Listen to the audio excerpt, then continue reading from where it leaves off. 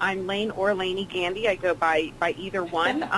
It depends on when you knew me, and a lot of people called me Lainey Bug when I was a child. So it just really is up to you on your preference. But I am a Jacksonville native, and I went to University of Florida, graduated with a major in marketing and a master's in international business, and took a job with the Adecco Group, which is one of the largest staffing firms in the world, right out of college, and have been with them since. And in my role, I've had a unique opportunity to move around a couple of the different brands that the Adecco Group owns and take positions in optimization and consulting, project management and account management, and being the executive director of projects of staff to the president of Adecco Staffing. And most recently, I've taken a position in the Adecco U.S. Foundation, which is the nonprofit side of the business. And my focus is on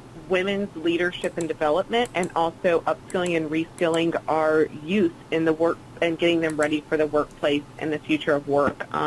We're really focused on promoting gender parity and a better future of work for all. So speaking with you guys today is near and dear to my heart, and I am really, really excited to be here. You can go ahead and click into my presentation.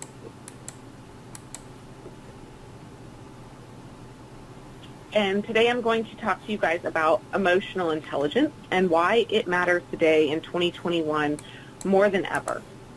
My goal today is simple. It's to leave with you guys with one or two nuggets or thoughts that you can take and use in your everyday lives and your practice as leaders. With that in mind, I want to start with one simple question. You can go ahead and flip to the next slide.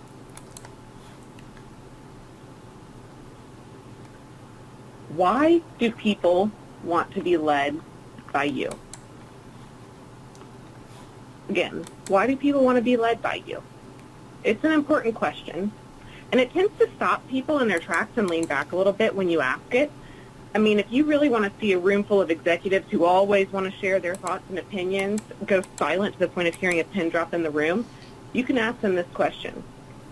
Why do people want to be led by you?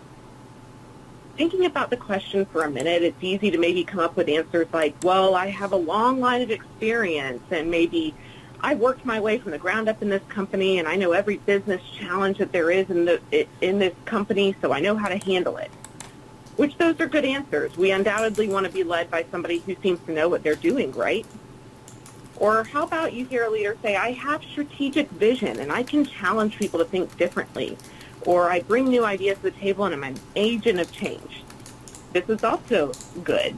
And it's a crucial skill for leaders to be able to challenge people on every level. All of these things, experience, strategic vision, and the general ability to acquire and apply knowledge and skills, those fall into our traditional idea of intelligence and ultimately a person that people feel good about putting their money behind as a leader. But really, let me ask you this question again with all those things in mind. Even if you're in the traditional form of intelligence, why do people want to be led by you? You can go ahead and go to the next slide. In today's world, being a leader is the default. And by that I mean, we all know that there's this concept of leaders and followers. But generally, we're taught to be, and we're teaching our children to be and think like leaders. Everywhere we look, there are articles, books, podcasts, online courses about leadership and how to be a good leader. In fact, I went ahead and Googled how to be a good leader this morning, and I immediately got 184,000 hits on content about how to be a good leader. And this is really great, right? I mean, right now, I'm sitting here talking to you all, a group of women leaders, and we're sharing knowledge about how to help us become even better leaders. My point in all of this is, with all of this knowledge and so many people empowered to be leaders, our definition of leadership is actually going under a magnifying glass to help us understand and refine the difference between good leadership and great leadership. And with the onslaught of the pandemic, where leaders are being challenged in an unprecedented way, we're truly redefining what it takes to be a great leader of people and being able to answer that question of why do people want to be led by you? Are you guys noticing, like me, there are CEOs of big companies all over struggling with a workforce that they can't control? And why is that? That's because we sent people home for months on end. And the fact of the matter is, it takes 7 weeks to learn a new behavior, 7 weeks for people to settle into a new idea of what it means to work and what they need out of their teams and out of their leaders. We didn't just send people home for 7 weeks. We've been home for over a year now. And so our leaders are challenged to make sure that they are meeting our workers' needs. But the reality is, a lot of people aren't actually seeing that their leaders are meeting their needs. And if they're not getting what they need out of their leaders and their managers, they're going to look for someone else to get it, and another leader. Make no qualms about it. You guys can see in these articles, we're talking about the Great Resignation, the future of work, how to make sure that you're a leader that has great attraction and not great attrition. So when we're thinking about how we want to be a great leader of people and engage our people rather than seeing them leave us for another company and another leader, we need to make sure that we're able to answer the question and have the key to the answer of why do people want to be led by you. Next, please.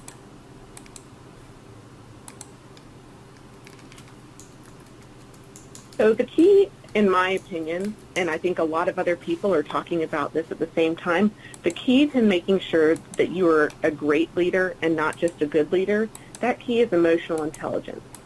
The capacity to be aware of, control, and express one's emotions, and to handle interpersonal relationships judiciously and empathetically.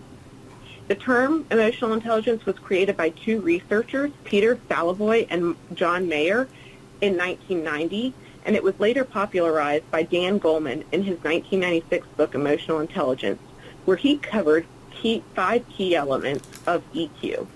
The first one is self-awareness, being aware of where you are emotionally. Are you coming in above the line with an open and positive mindset? Are you coming in below the line, negative and defensive? By the way, if you guys haven't looked up that video on YouTube, go ahead and write it down, above the line or below the line in conscious leadership on YouTube. It's worth the 5-minute watch. The next key element is self-regulation and being able to regulate how you react to things to produce the result you want.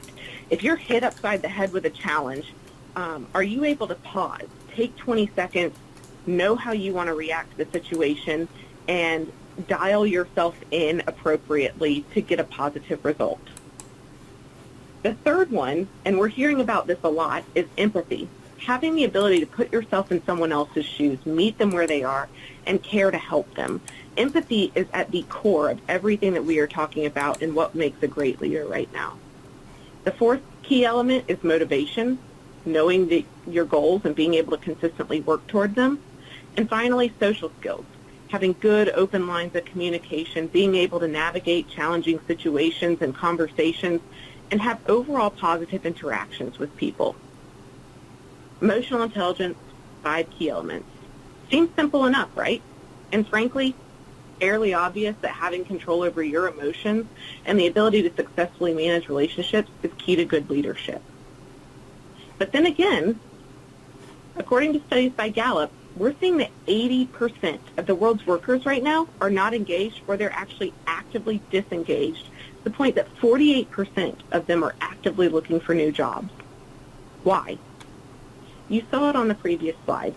The vast majority of workers feel that they are not getting enough nurture, support, or motivation that they need from their leaders and company culture. Let me repeat those words again. They're lacking nurture, support, or empathy, and motivation. All of that points to the fact that we have leaders who are truly lacking in EQ, or emotional intelligence. And the fact of the matter is, people don't leave companies. They leave managers, and they leave their leaders. Because leaders prime the emotional state of their team and their organization. So when they are ineffective and they set poor examples of how to treat people, it's going to trickle down. We've probably all seen this in the micro situation, right? You walk into a meeting where you know that the results are poor, or you're facing a new business challenge, and the boss or leader decides to come in and fly off the handle and rip into everybody. What happens? What happens after that? Most likely, people leave that room in a little bit of a frantic, flurry. They call their own teams. Maybe they rip into their own teams, and they start setting everybody frantically to work without resetting themselves, which imparts a lot of stress and negative energy to the team. Sometimes that's an effective way of getting work done, right? Sometimes that leader then sees everybody jump on it, and the work gets done. But if this way of working becomes a pattern, and if people are constantly feeling like they're working under attack, the environment gets toxic really quickly, and we see that workers disengage. You guys probably have felt this at some point in your own careers, and it comes at a major cost to the business when your workers are disengaging in productivity, in general attrition, and ultimately in profits. So let's consider an alternative situation to that meeting that we just went into where the boss really ripped into everybody. Now the leader walks into the meeting knowing and having in mind what they need to accomplish. And as they enter the room, they take a minute to observe. They recognize both where they are and where their team is emotionally. And then they calmly start to direct the meeting. They present their challenge and their initial thoughts, and then they open it up for discussion. And maybe they even turn to the leader next to them and say, John or Carla, you have the strongest background in X, Y, or Z. What do you think? Pointing to those leaders' strengths. And as we come to the end of the meeting and we present the fact that we have to make a decision and get work done quickly, everybody is motivated toward the same goal and they're on board to achieve it. That is a key use of emotional intelligence, that pause. That empathy and use of individualized feedback and motivation that set leaders on a path to success with the employees, because their employees then feel seen, heard, appreciated, and motivated to continue working for that leader. That's the difference between good leaders who get things done and have traditional intelligence and taking it that one step further to employ emotional intelligence. Go ahead and click next, please. So now that we understand what emotional intelligence is and why it's important, and you can kind of think about the differences between the types of leaders that show that they have great EQ and those that maybe don't, how do you become that leader, that one with a keen emotional intelligence?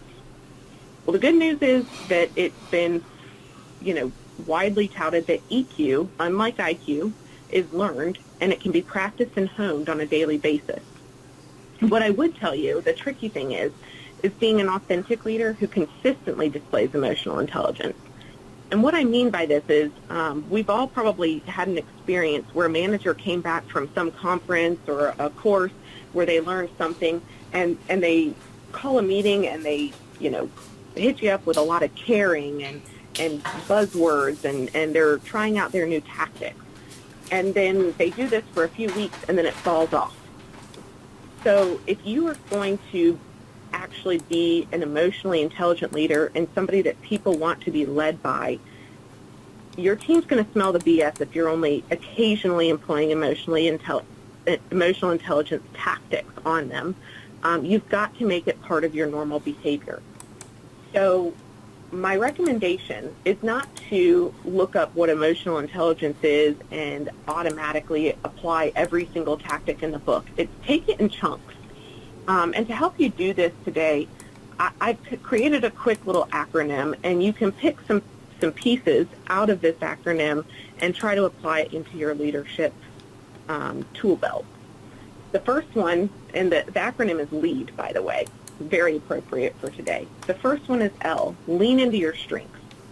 Understand your own strengths as a leader and take the time to evaluate your team to learn theirs. What that allows you to do is create individualized motivations and feedback for people to be able to make them feel seen and heard and incentivized appropriately. It's also important for you to make sure that you're asking your team to play into their strengths, because it creates what they call a state of flow. And it boosts performance and morale, and it reduces burnout when people are able to work in their wheelhouse. It's also important, I should mention here, that it's good if you want to reveal some weaknesses as well as playing into your strengths as a leader with emotional intelligence, because it does establish trust in others and promote collaboration. If you as a leader think that, tout that you are strong in everything, you really aren't giving people the chance to get close to you and shine and show their strengths to complement yours. So by revealing strategic weaknesses, you are able to build and promote collaboration, and people will want to naturally work with you and for you. So lean into your strengths. And then for E, engage and empathize with others. The most important thing that you can do as a leader, as an emotionally intelligent leader, is understand the difference between empathy and sympathy. Brene Brown is marvelous, and you can go ahead and click in Empathy versus Sympathy on YouTube, and you're going to get a talk from her. And what she highlights is empathy is coming down into the hole with somebody when they have a challenge and being there with them and figuring out how to get out of that hole.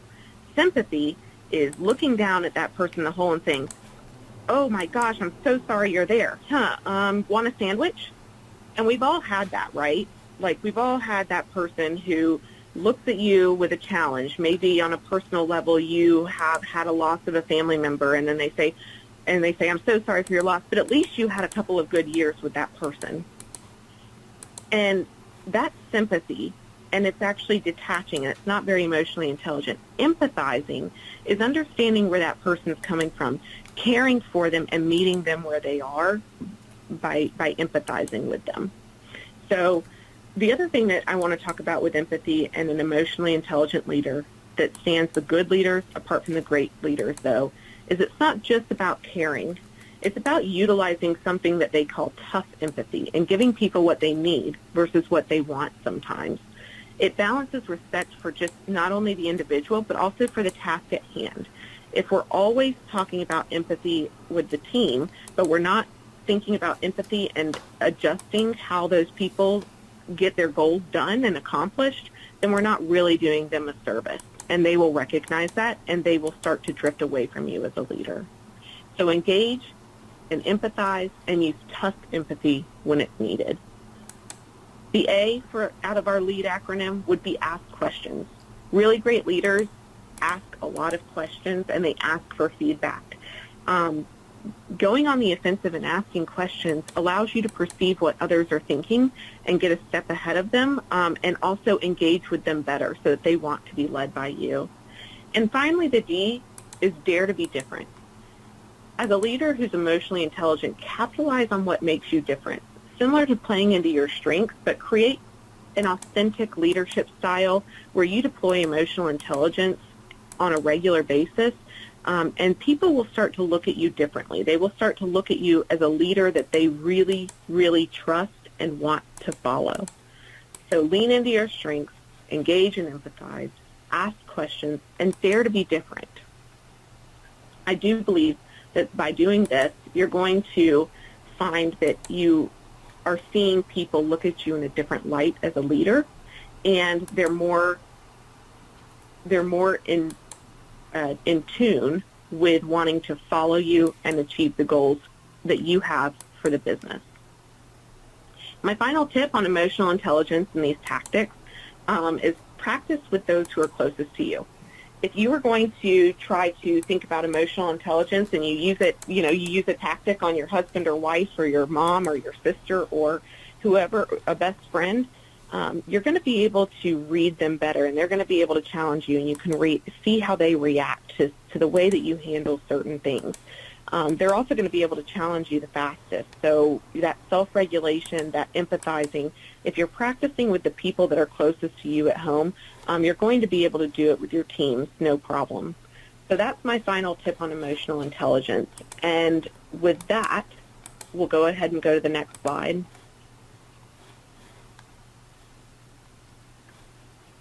And we'll wrap with this question one more time. Why do people want to be led by you? In 2021, people really are looking beyond traditional intelligence and our leaders. The winners are going to be those who are able to use emotional intelligence to motivate their teams in the long term and keep people engaged? You guys are all leaders on this call, and you know the answer to this question.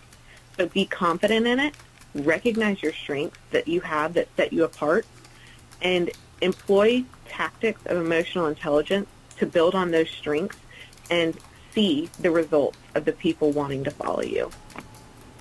Thank you very much. I appreciate it. And that will wrap what I have to say. Well, Laine, thank you so much for that wonderful presentation. A lot for us to think about today.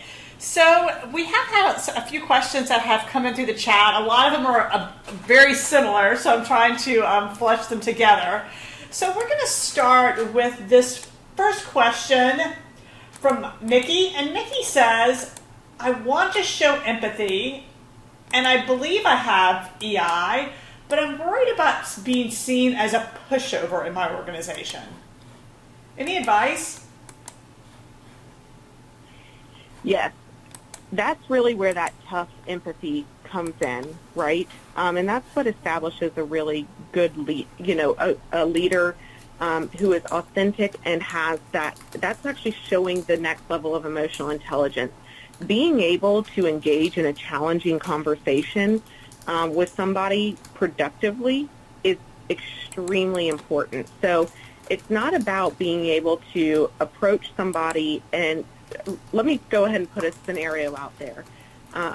Your director comes to you and says, I need, I'm too strapped. I can't get the next assignment done that you gave me, or I can't take on another account.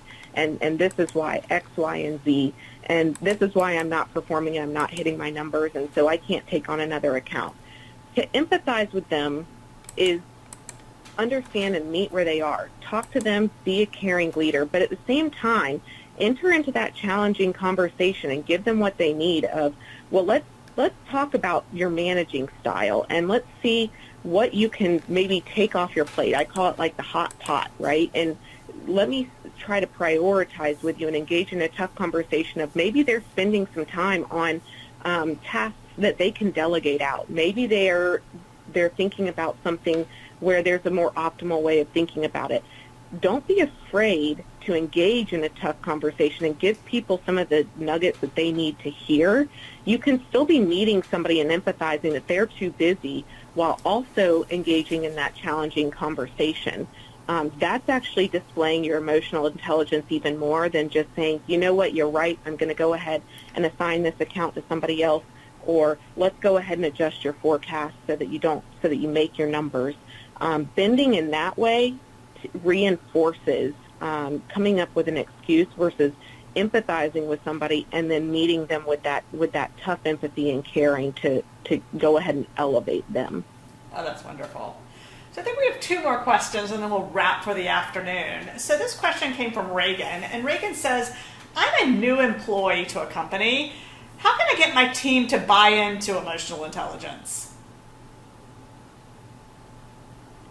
I'm going to, for fear of stating the obvious, it's lead by example.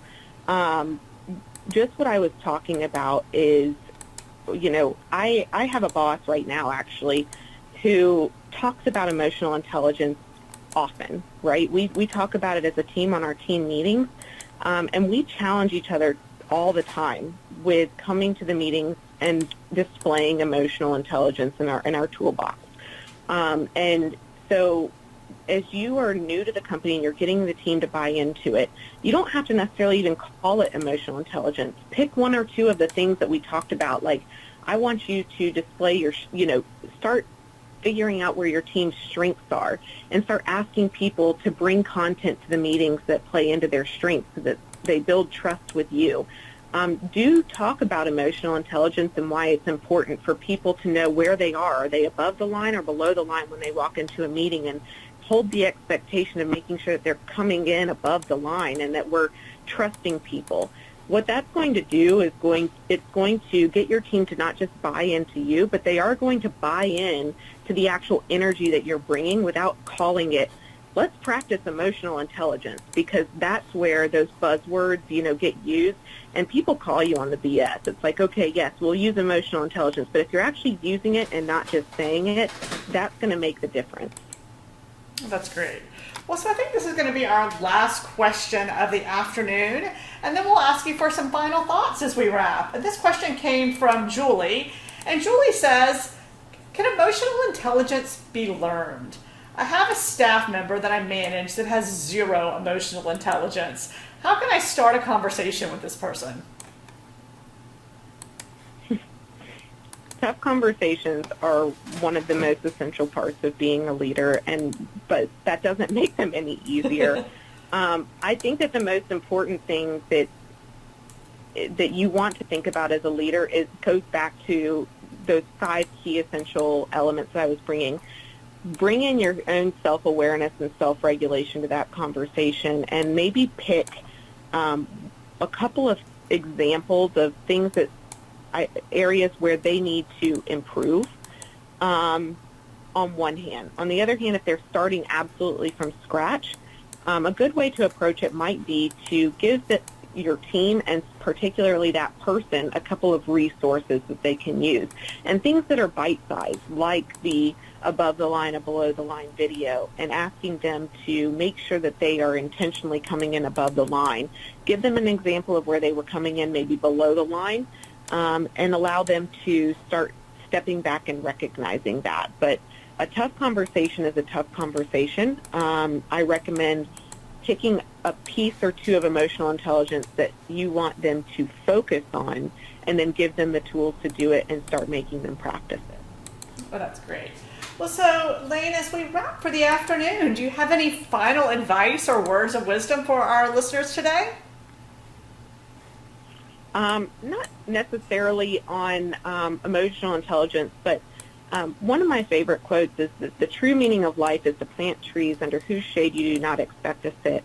And that's a really important thought for leaders, especially as you are trying to breed the next set of leaders. So as you guys are asking these questions about how can I, introduce my team to emotional intelligence, and how do I get people to really follow in and buy into me, they're great questions to think about in terms of making sure that you are raising the next generation of leaders, and they're going to go on and lead people and have positive impacts on others beyond what you ever did.